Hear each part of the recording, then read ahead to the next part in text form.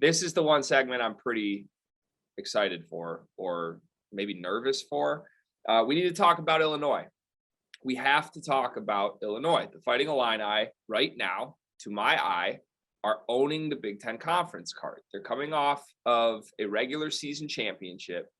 The year before, they won the Big Ten Tournament championship and arguably felt that they deserved the regular season champ. COVID kind of cut some things short. Everybody knows what happened there.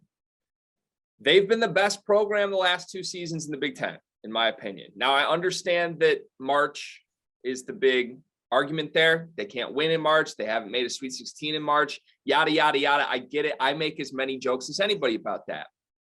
But this is a simple fact, Cart, that 2 years ago, they lost to a top 10 team in the country in Loyola, who was an 8 seed in the round of 32. And then should have never been. So last year, they lost to the 3rd best team in the country, who was a 5 seed. They've gotten horrible draws. And at some point, they're not going to get a horrible draw.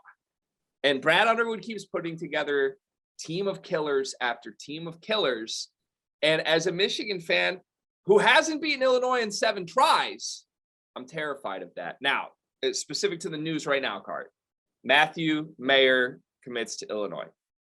Baylor, I guess, forward, wing, guard, and nobody really knows. He's like a 6'8" guard, right?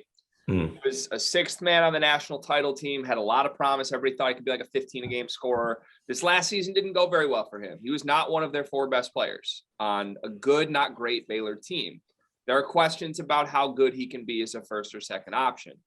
He goes to Illinois along with Terrence Shannon in what I would consider the best transfer class in the country. You had 2 guys who, in my opinion, are top 10 talents in the portal to start at somewhere between the 2, 3, 4 spot. That's nasty. And what I'm frustrated with, Cart, is that all I see from Michigan fans is downplaying these ads. It's, they're not really needle movers. It's fine. They still got questions. You know what? If Terrence Shannon and Matthew Mayer committed to Michigan, we would be dancing in the fucking streets, Cart. Okay. Yeah, you guys were pre-dancing, a little premature dancing for Terrence Shannon until admissions came in and said, leave some space for Jesus, like it's a 5th grade school dance. So yeah, I don't, the whole downplaying thing, just to comment on that before you finish your thought, is not something I think that should be put in the factor. I think the only reason they're downplayed is because it is Illinois. And I use this analogy, cross sport kind of reference here. It might not fit, but even though the tournament success isn't there, like you said, you got to respect the regular season. Manchester City Soccer Club. The current Premier League champs get some slander because they don't finish in the Champions League and win a Champions League title. But that doesn't take away from what they do domestically in winning the league that they're in. Illinois is doing that. Illinois has been, like you said, a dominant regular season Big Ten team these past couple of years, and I'm confident with saying that. So they do need to deserve the respect. I will not refer to their coach as Daddy Brad. I will. Let's talk about your own father's birthday is tomorrow, and you're calling this man Daddy Brad. Listen, when Brad Underwood tells me be home by 8 p.m., I'm home by 8 p.m. Okay. When Brad Underwood tells me go clean my room, that thing is shiny clean.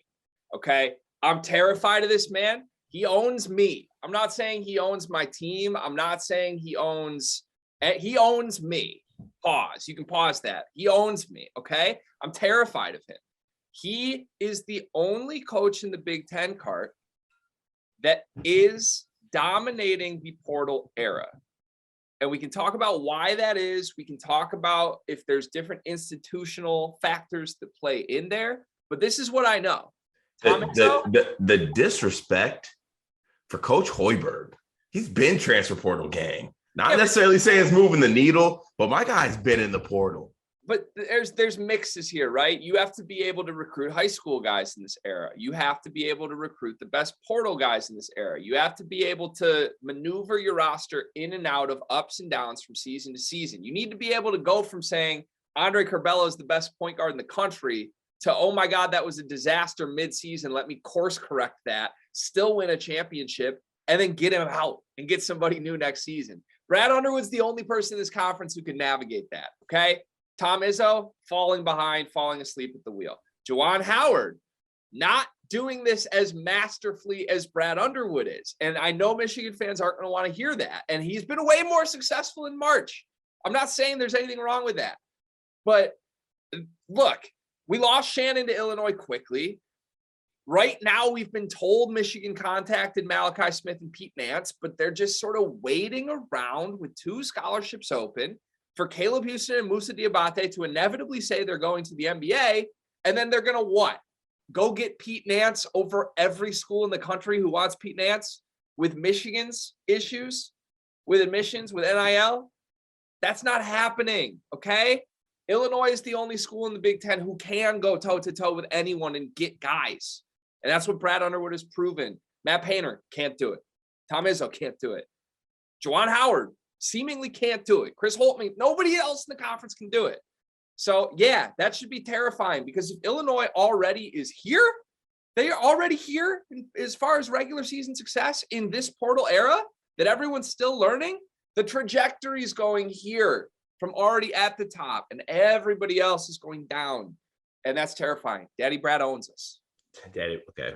Never will refer to that man as Daddy Brad. But to the point of their additions and what they're doing in the portal, I mean, you can't deny it. They're making great moves. They added 2, like you said, what I consider 2 of the best transfer wings in the country. And yes, I say wings with Mayer. I think Mayer is a wing. I thought that they needed to add a lead guard possibly. I got a lot of faith that Sky Clark is going to be really good. Jaden Epps is another good freshman they got coming in. I think they got some guys that can do it. But, you know, say what you want. They did lose Curbelo. That's a guy that did have the ball in his hands. You don't, you know, it's just a lot to put all of that on a freshman PG who's coming off injury and hasn't necessarily got back in the groove or found his groove yet. So I thought having another guard to take the pressure off him would be great. But like the Illinois wings, they're set. Like Terrence Shannon, they're good. Dude, Mayer, good. Melendez takes a step. They're the best in the country. It's not set. They are the best in the country at the 2 through 4. Shannon, Meyer, Melendez, Goody. Grandison's now theoretically back. Ty Rogers. I know I'm missing somebody else. Well, Coleman Hawkins. That's 7 guys who are really good players at the 2 through 4. Yeah, it is. I'm not going to say it's the best though. There's it's definitely the best in the country. Who's better? Who's better at those 3 spots? Well, you keep talking. I'm gonna think about it, but there's got to be somebody better than that. No, there's not. Like, because here's the thing, and I've been fighting Michigan fans who are being super hypocritical about this shit for 3 days now. But like, the guys for Illinois who need to take leaps, like Melendez, like Goody, who looked really good in the NCAA tournament, by the way. Those guys are now in positions where if they don't take leaps, if they're just horrible, Illinois starts Shannon, Meyer, Grandison, and or Hawkins at the 2, 3, 4. And they're fine. They don't even need to play them. But if Melendez takes some massive jump, like a Johnny Davis-esque sophomore leap, whoa. It's not out of the question. I really, really like RJ Melendez. And if he becomes a potential all Big Ten guy as a sophomore, now you're just dominant, okay? Whereas Michigan, right now, Kobe Buffkin has to play 35 minutes at the 2 card. And I went from the biggest Kobe Buffkin fan on earth to the only one with a brain talking about this kid. Oh, I got a better 2 through 4 for you. Oh.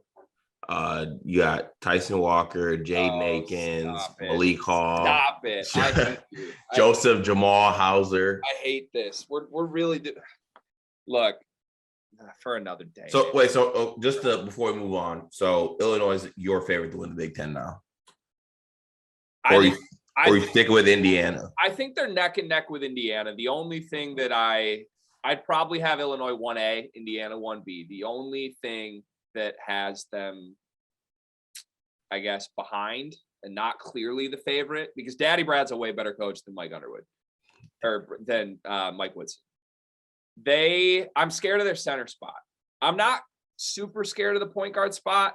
Although if Sky Clark's first name was Justin, if he was Justin Clark, nobody would want him to start at point guard for Illinois. But because he's going to wear 53 and he has the hair and 2 Y's in his first name. That was 53. 55. He does. He has like the swag and the apparel like in the open gym of like someone in 2011 though. That's a really good sign. So I like what they have at guard because even if Sky Clark's just like a role guy, I think they can survive with like Grandison and all those wings just on the court together. They have enough answers at guard. They'll figure it out. I'm scared of center because they've been so reliant on Kofi Coburn that I don't know what they look like post him. And I'm not in on Dane Danger as a 30-minute guy. Yeah, me either. The Dane Danger thing is something that Illinois fans are extremely, of course, excited about, but I got to see it. Yeah. I mean, the alternative, though, again, Coleman Hawkins just slides to the 5 and they play small ball and they're nasty. Yeah, but every time I bring up Coleman Hawkins at the 5, I get my head bit off. From Illinois fans? Or just maybe not Illinois fans necessarily, but just people in general. I mean, we should say like we're in that group chat with a lot of the national writers. And I posed the question as soon as Meyer committed and said, does Illinois have the best 2, 3, 4 in the country? And I got my head bit off, specifically from Jeff Borzello, who named like 13 teams he would take over Illinois. Now I think he's being harsh. I truly think Illinois is that good at those 3 spots, but apparently the national people aren't as in on them as we are. Still sticking strong with Indiana as the favorite, but it's a lot closer now. And Illinois solidified themselves in the 2 spot, whereas before I kind of had them like they could compete. So I think Xavier Johnson's better than Sky Clark. So that's 1 point Indiana, right? Yes. I would take Terrence Shannon over Tamar Bates. That's a point Illinois. Don't do that. Matthew Meyer or is that Hood Schifino? Yeah. I think I take Meyer for next season. I might take Hood Schifino. We'll call that a tie. 1.5, 1.5. Are we going? Yeah, it's race probably. Race versus. Oh, sorry, no. At the 3, it's probably. Or no, at the 4. 4. Oh, 4. Yeah, 4 is race. Race versus Hawkins. We're taking Hawkins. We're not buying into the Race Thompson propaganda. We're not buying into the race. And then TJD wins over whoever's at the 5 for Illinois. But I'm giving Illinois' bench massive points. Like I'm taking Melendez, Goody, all those dudes over Indiana's bench. Talking through it like that makes me think Illinois is the clear favorite.